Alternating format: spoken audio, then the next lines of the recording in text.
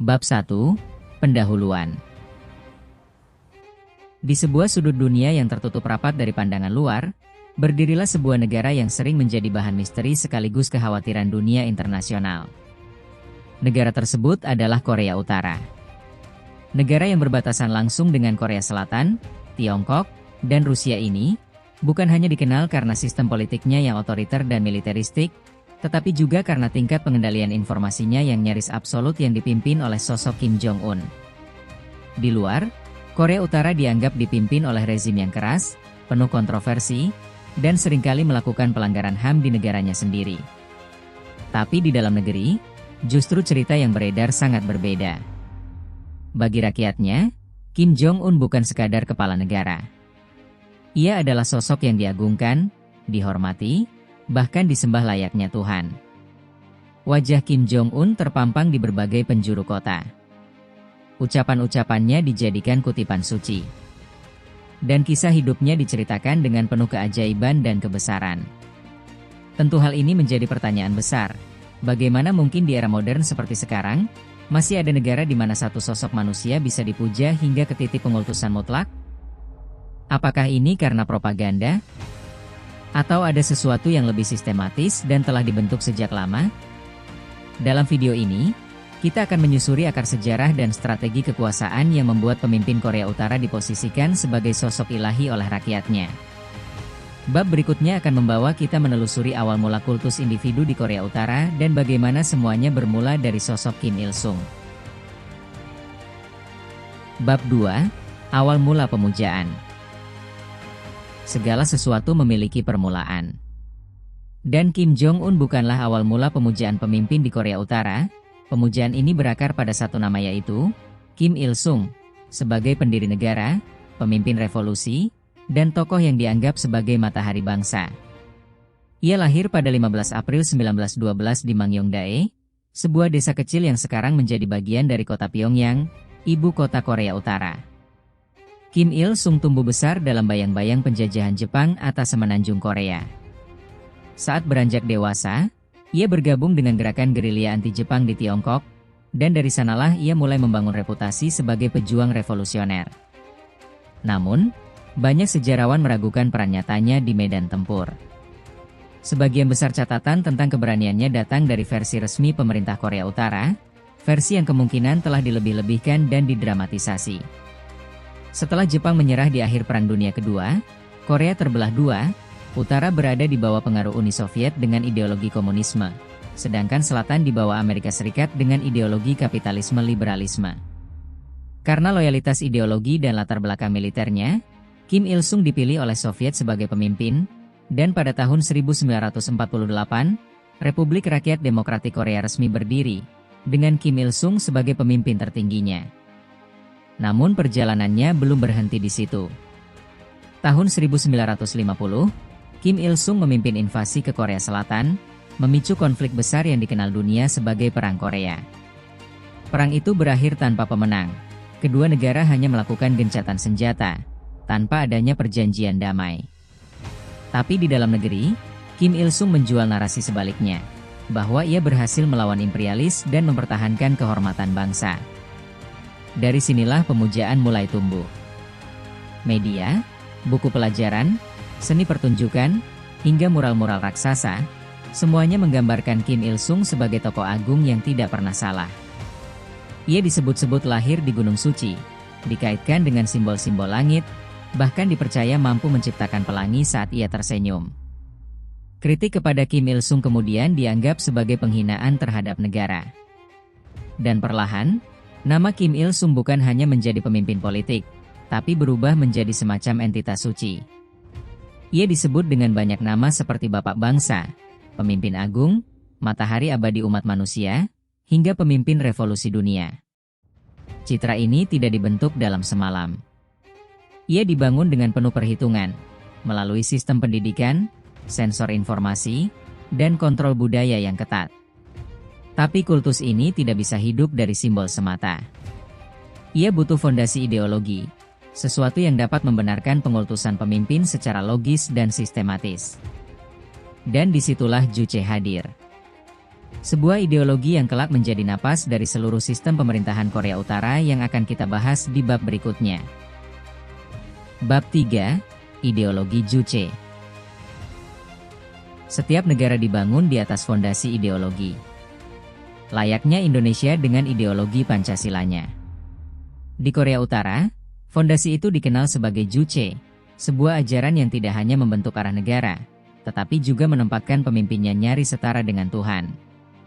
Juche pertama kali diperkenalkan oleh Kim Il-sung pada tahun 1955 dalam sebuah pidato penting di hadapan seluruh kader Partai Buruh Korea. Pada awalnya, Juche hanya terdengar seperti seruan kemandirian. Namun seiring waktu, ideologi ini berkembang menjadi sistem kepercayaan yang meresap penuh hingga ke lapisan terdalam kehidupan rakyat Korea Utara. Secara harfiah, Juche berarti subjek atau kemandirian. Dalam doktrin resmi, Juche mengajarkan bahwa rakyat Korea harus berdiri di atas kaki mereka sendiri dalam hal mandiri dalam politik, berdikari dalam ekonomi, dan otonom dalam pertahanan militer. Namun, di balik pesan kemandirian itu, terselip satu prinsip yang jauh lebih kuat, yaitu segala sesuatu hanya mungkin tercapai di bawah bimbingan pemimpin tertinggi. Dalam konteks Juche, pemimpin bukan hanya simbol politik, melainkan pusat dari seluruh semesta rakyat. Ia adalah pemberi arah, pelindung, dan pemandu moral. Tanpa pemimpin, rakyat dianggap seperti tubuh tanpa kepala yang tidak berdaya dan tidak bermakna.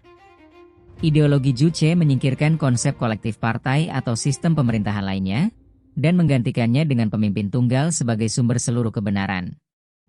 Bukan hanya pemerintahan yang bergantung padanya, bahkan kehidupan spiritual rakyat pun diarahkan untuk memuliakan dan mengikuti teladan sang pemimpin. Ajaran ini diajarkan di sekolah sejak usia dini. Anak-anak menyanyikan lagu pujian kepada Kim Il-sung sebelum mereka mengenal lagu kebangsaan. Buku teks sejarah tidak dimulai dari peristiwa dunia, melainkan dari kisah hidup Kim Il-sung. Semua media, karya seni, dan sastra dikontrol ketat untuk menyebarkan satu pesan, bahwa hidup yang benar adalah hidup yang setia pada pemimpin. Dan ketika Kim Il-sung wafat pada tahun 1994, sesuatu yang luar biasa terjadi, yaitu tidak ada pergantian presiden. Sebaliknya, ia diangkat sebagai Presiden Abadi Korea Utara. Sebuah gelar yang mempertegas bahwa meskipun secara fisik telah tiada, secara ideologis dan spiritual, Kim Il-sung tetap memimpin. Sehingga penerusnya tidak menyandang gelar presiden, namun jabatan lainnya yang memungkinkannya mengendalikan negara seperti Sekretaris Jenderal Partai Buruh Korea, Ketua Komisi Urusan Negara, Komandan Tertinggi Angkatan Bersenjata, dan sebagainya. Inilah kekuatan Juche, sebuah ideologi yang bukan hanya membenarkan kekuasaan absolut, tapi juga menyucikan pemimpin hingga ke titik yang tidak bisa digugat. Tapi pemujaan ini tidak berhenti pada Kim Il-sung. Ia mewariskan tahtanya, tidak hanya kepada anaknya, tetapi juga kepada darah keturunannya. Di bab berikutnya, kita akan menelusuri bagaimana keluarga Kim membentuk satu-satunya dinasti komunis yang berhasil bertahan hingga hari ini, dan bagaimana kekuasaan negara komunis diwariskan seperti mahkota kerajaan. Bab 4. Keluarga Kim. Dalam sistem komunis murni, kekuasaan seharusnya tidak diwariskan seperti mahkota raja. Namun Korea Utara menulis cerita yang berbeda. Di negeri yang mengklaim diri sebagai Republik Rakyat, kekuasaan justru mengalir secara turun-temurun, seperti dinasti kerajaan, dari Kim Il-sung ke Kim Jong-il, lalu ke Kim Jong-un. Ketika Kim Il-sung wafat pada tahun 1994, tongkat estafet tidak diberikan pada partai, bukan pula pada parlemen, tapi langsung kepada putranya, Kim Jong-il. Pengangkatan ini bukan sekadar keputusan politik, melainkan bagian dari narasi yang telah dipersiapkan selama puluhan tahun. Kim Jong-il sudah lama diposisikan sebagai penerus revolusi, jenderal tercinta, dan anak surga. Seluruh negara didorong untuk percaya bahwa darah Kim adalah darah istimewa, bukan darah manusia biasa. Propaganda menyebut Kim Jong-il lahir di Gunung Paektu, gunung suci rakyat Korea, diiringi dua pelangi dan munculnya bintang baru di langit malam. Padahal, catatan luar negeri menyebut ia lahir di wilayah Uni Soviet. Tapi fakta tak punya tempat di tengah kultus. Di bawah Kim Jong-il, sistem pengultusan semakin diperluas. Ia membentuk jaringan kontrol media yang lebih ketat, menyebar ribuan patung Kim Il-sung dan dirinya sendiri di seluruh penjuru negeri, dan bahkan mengawasi gaya rambut serta cara berpakaian rakyatnya. Semua demi membentuk keseragaman dan loyalitas mutlak. Setelah Kim Jong-il wafat pada 2011, tahta kekuasaan berpindah ke generasi ketiga, Kim Jong-un, anak bungsu yang awalnya tak begitu dikenal publik. Namun, dalam hitungan bulan, negara kembali menyusun narasi agung, bahwa Kim Jong-un adalah jenius militer, ilmuwan brilian, dan pewaris sah darah revolusi. Meskipun usianya masih sangat muda saat itu, rakyat dipaksa percaya bahwa ia sudah menunjukkan bakat kepemimpinan sejak kecil, bahkan konon bisa mengemudi saat berusia 3 tahun, dan menulis disertasi politik sebelum remaja. Sekali lagi, propaganda menutupi logika. Namun yang menarik, di era Kim Jong-un, kultus pemimpin tidak menurun, justru semakin dikonsolidasikan. Ia merevisi konstitusi untuk mempertegas dirinya sebagai wakil Tuhan di muka bumi, dan melakukan eksekusi terhadap pihak dianggap mengancam kekuasaannya, termasuk pejabat tinggi atau kerabatnya sendiri. Ketiga generasi ini membangun garis keturunan politik yang langka dalam sejarah negara komunis.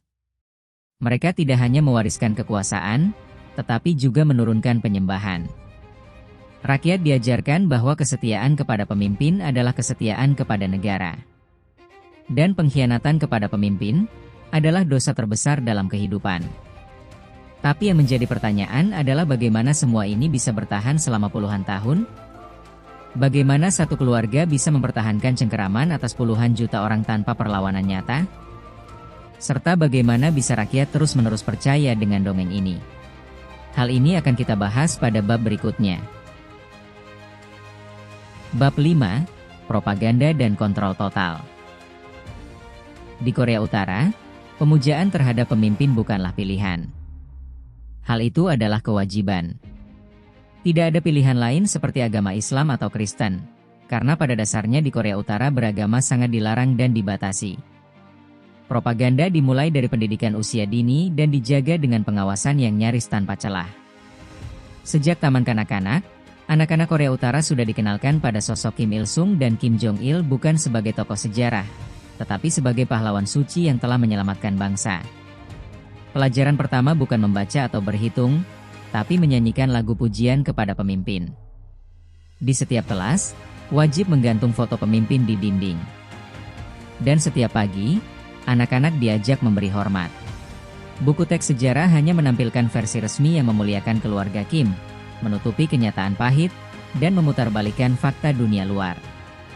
Selain pendidikan media juga dikontrol sangat ketat. Satu-satunya media massa yang boleh beroperasi sepenuhnya dikendalikan negara. Radio dan televisi hanya menyiarkan berita tentang keberhasilan pemimpin dan kebesaran negara. Di Korea Utara nyaris tidak ada internet. Rakyat hanya bisa mengakses intranet lokal yang berisi propaganda dan dokumen resmi pemerintah. Sehingga rakyat Korea Utara tidak memiliki pembanding dengan bagaimana kehidupan di negara lain dan tidak bisa menguji kebenaran cerita-cerita ajaib tentang keluarga Kim. Tapi propaganda saja tidak cukup. Untuk menjaga kesetiaan, pemerintah membangun sistem pengawasan yang ketat dan menakutkan. Setiap warga tergabung dalam unit pemukiman yang diawasi oleh tetua lingkungan dan agen rahasia. Kehidupan sehari-hari, dari percakapan hingga cara berpakaian, dapat dilaporkan sewaktu-waktu. Satu kata kritik terhadap pemimpin bisa berujung hukuman berat, seperti penjara, dikirim ke kamp kerja paksa, atau dieksekusi bersama seluruh anggota keluarga. Di Korea Utara, hukuman 3 generasi masih berlaku. Artinya, jika seseorang dianggap berkhianat, maka orang tuanya, anak-anaknya, bahkan cucunya bisa ikut dihukum.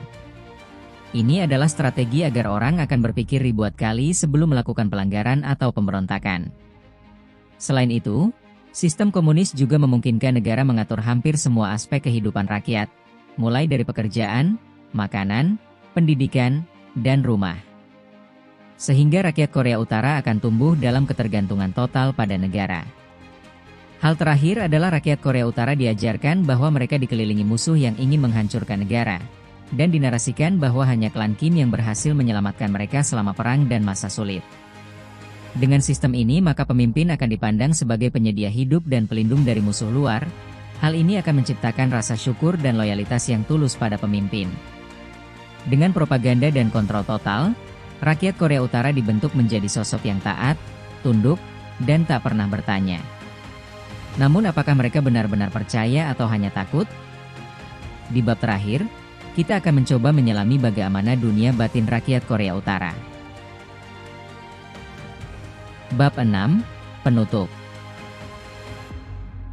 Di balik parade yang tertib, tepuk tangan yang meriah, nyanyian pujian yang merdu, dan senyum-senyum dalam poster resmi. Ada sebuah pertanyaan yang tak pernah bisa dijawab secara jujur di depan umum.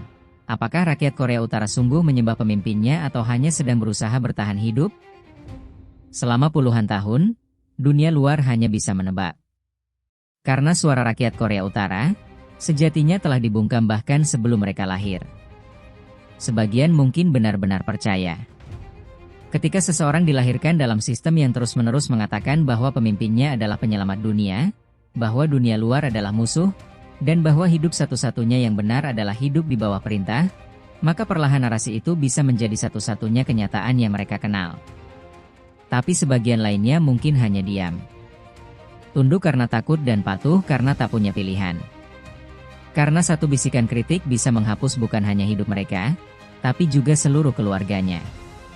Maka di Korea Utara, kepercayaan dan ketakutan telah melebur menjadi satu. Tak mudah dibedakan dan dibuktikan. Mereka mungkin menundukkan kepala di hadapan patung pemimpin, tapi tidak ada yang tahu apa yang mereka bisikkan dalam hati. Pada akhirnya, inilah wajah rumit dari kultus pemimpin yang ekstrim. Bukan hanya soal kekuasaan absolut, tapi bagaimana sistem mampu mengendalikan bukan hanya tubuh, melainkan jiwa manusia itu sendiri. Dan selama sistem ini terus berjalan, maka pemimpin Korea Utara akan terus berdiri seperti Tuhan. Terima kasih telah menyaksikan video ini. Jangan lupa subscribe, like, dan nyalakan lonceng notifikasi.